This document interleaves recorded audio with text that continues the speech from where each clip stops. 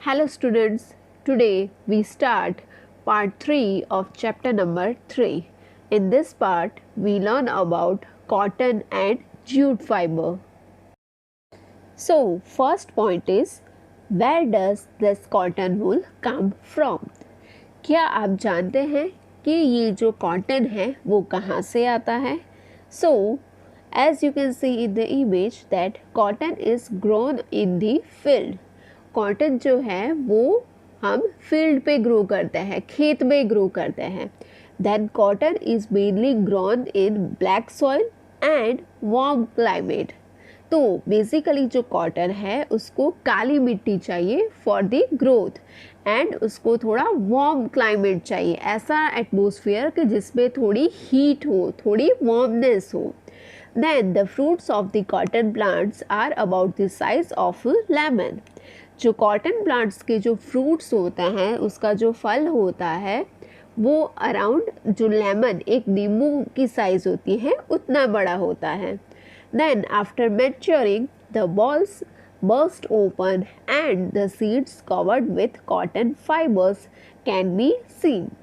तो यहाँ पे बोला गया है कि जब भी एक बार जो ये कॉटन बॉल्स होते हैं, जैसे मैंने लास्ट पार्ट में बात किया था कि पहले क्या होता है कि वो फ्लावर ग्रो होता है, फ्लावर में से वो एक कॉटन बॉल का शेप ले लेता है और फिर वो कॉटन बॉल जब भी ओपन होता है उसमें से हमको कॉटन मिलता है.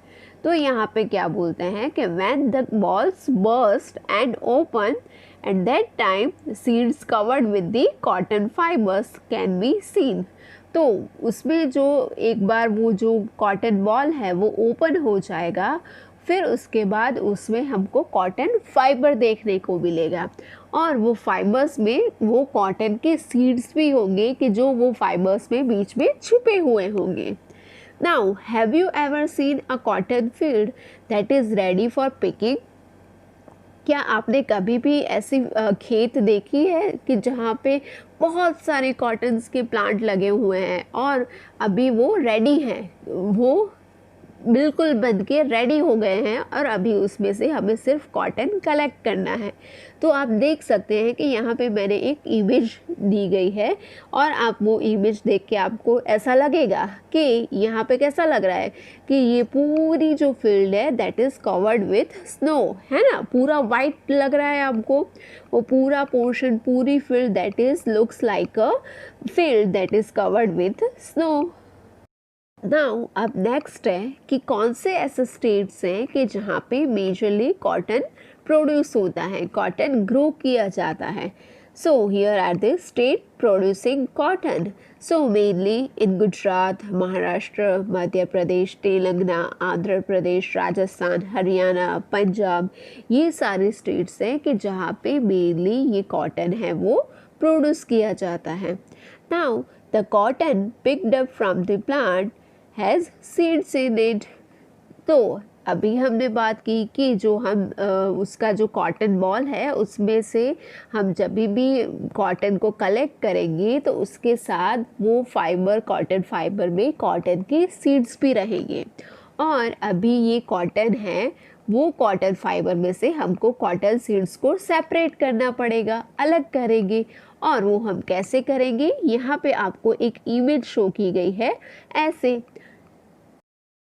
Now here, as you can see in the image on the left hand side, they show us cotton balls. So these cotton balls are looks like a some kind of snow. अभी उसमें से, जैसे मैंने अभी बात की कि उसमें से हमें कॉटन बॉल्स में से कॉटन फाइबर और कॉटन सीड्स को अलग अलग करना पड़ेगा. दैट मीन्स कि seeds and fibres are separated. Now from cotton balls, cotton is usually picked by hand.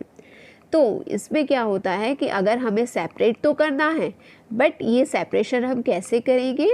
There is two way. Either we can do it manually by hand, और उसके बाद क्या होगा कि fibres are then separated from the seeds by combing.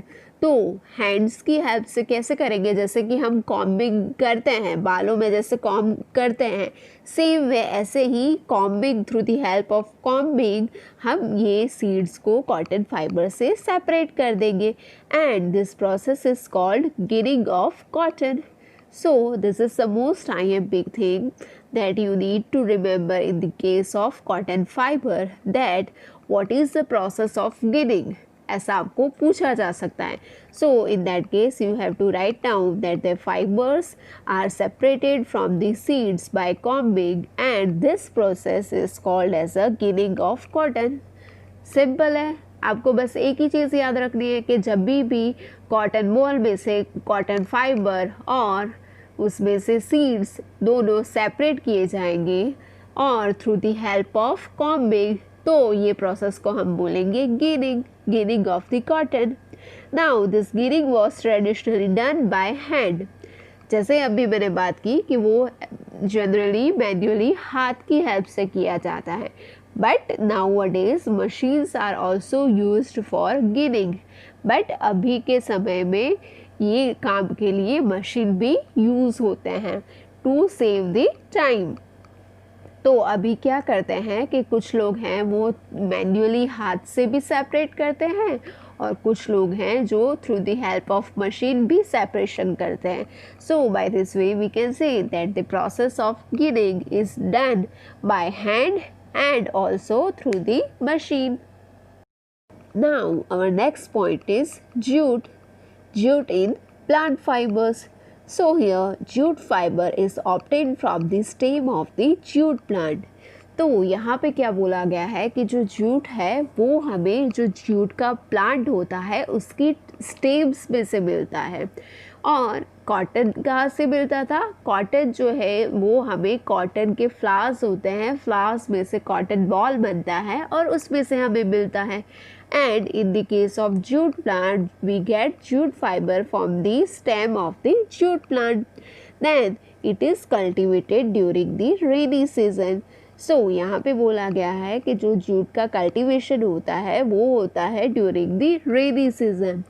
But in India, jute is mainly grown in West Bengal, Bihar and Assam.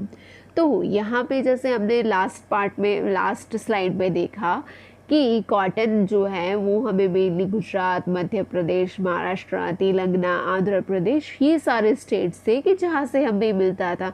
But here in the case of jute we get jute plant mainly in West Bengal, Bihar and Assam.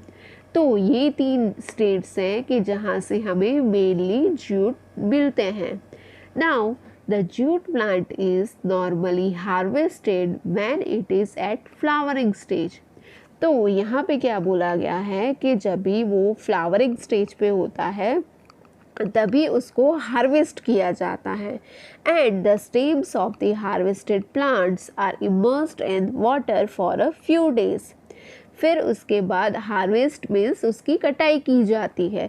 तो क्या बोला है कि जब भी jute plant है वो flowering stage के ऊपर आते हैं, जब भी उसमें से फ्लावर प्रोड्यूस होना स्टार्ट होता है उस टाइम उसकी कटिंग कर दी जाती है. और जो स्टेम्स है कि जिसको कट कर दिया गया है उसको फिर पानी में भिगो के कुछ दिन के लिए रखा जाता है. This process is known as a retting. Then the stems, rod and fibers are separated by hand. फिर उसके बाद क्या होता है कि जैसे हम कोई भी, आप एक इमेजिन कर लो कि कोई भी लकड़ा है, लकड़े की कोई चीज़ है, अगर उसे हम पानी में भिगो के रखेंगे तो वो क्या हो जाएगा, रॉट हो जाएगा. तो इस केस में भी सेम थिंग होती है कि जो स्टेम्स होते हैं वो जूट प्लांट के वो रॉट हो जाते हैं और फिर उसके ऊपर से हम फाइबर्स हैं उसको सेपरेट कर सकते हैं through the help of hand. This process is known as a stripping और we can say as a peeling. Now to make fabric all these fibers are first converted into yarn. तो अभी क्या बोला गया है, हमने जैसे सबसे पहले पार्ट में देखा था कि फैब्रिक कहाँ से बनते हैं, यार्न में से, और यार्न कहाँ से बनता है, फाइबर में से. तो अभी बोला गया है कि जब भी हमें यान बनाना है, फैब्रिक बनाना है, तो सबसे पहले ये जो फाइबर्स है उसको वो कन्वर्ट करते हैं यान में. Now in this image the whole journey of jute plant from the jute plant to the jute fiber has been given. तो जैसे कि आप इमेज में देख सकते हैं, लेफ्ट हैंड साइड पे सबसे ऊपर वाली जो इमेज है वो है जूट प्लांट की, कि जिसे हमने फील्ड में ग्रो किया है और वो अच्छे से ग्रो होके खड़े हैं ना. उसके बाजू में राइट हैंड साइड पे सबसे ऊपर इमेज है, that is jute stem in water. तो वहाँ पे हमने जैसे अभी ही बात की कि क्या करते हैं कि जब भी फ्लावरिंग स्टेज होता है जूट प्लांट का, उस टाइप पे उसको कट कर देते हैं और उसको उसके बाद पानी में थोड़े दिनों के लिए भिगो के रखते हैं. सो this is our second stage. Now in the left hand side last image, that is our third step. उसमें क्या किया है कि जूट फाइबर्स का पीलिंग किया है. तो जैसे हमने बोला था कि उसको कुछ दिनों के लिए हमने पानी में भिगो के रखा, तो वो क्या हो जाएगा, उसका रॉटिंग हो जाएगा और उसके बाद हम उसका पीलिंग करके जो जूट फाइबर्स है वो एक्सट्रैक्ट कर लेंगे. And on the right hand side जो लास्ट वाली इमेज है वो है जूट फाइबर एक्सट्रैक्टेड. तो इसमें से हमने फाइनली जूट फाइबर को एक्सट्रैक्ट कर लिया है और उसको सुखाने के लिए रख दिया है. So this is the whole process of getting jute fibre from the jute plant. I hope students you all understand each and every point of cotton and jute fiber and its complete process of growing to the extracting of that cotton and jute fiber. If you have any queries, any doubts, then please ask me in doubt session.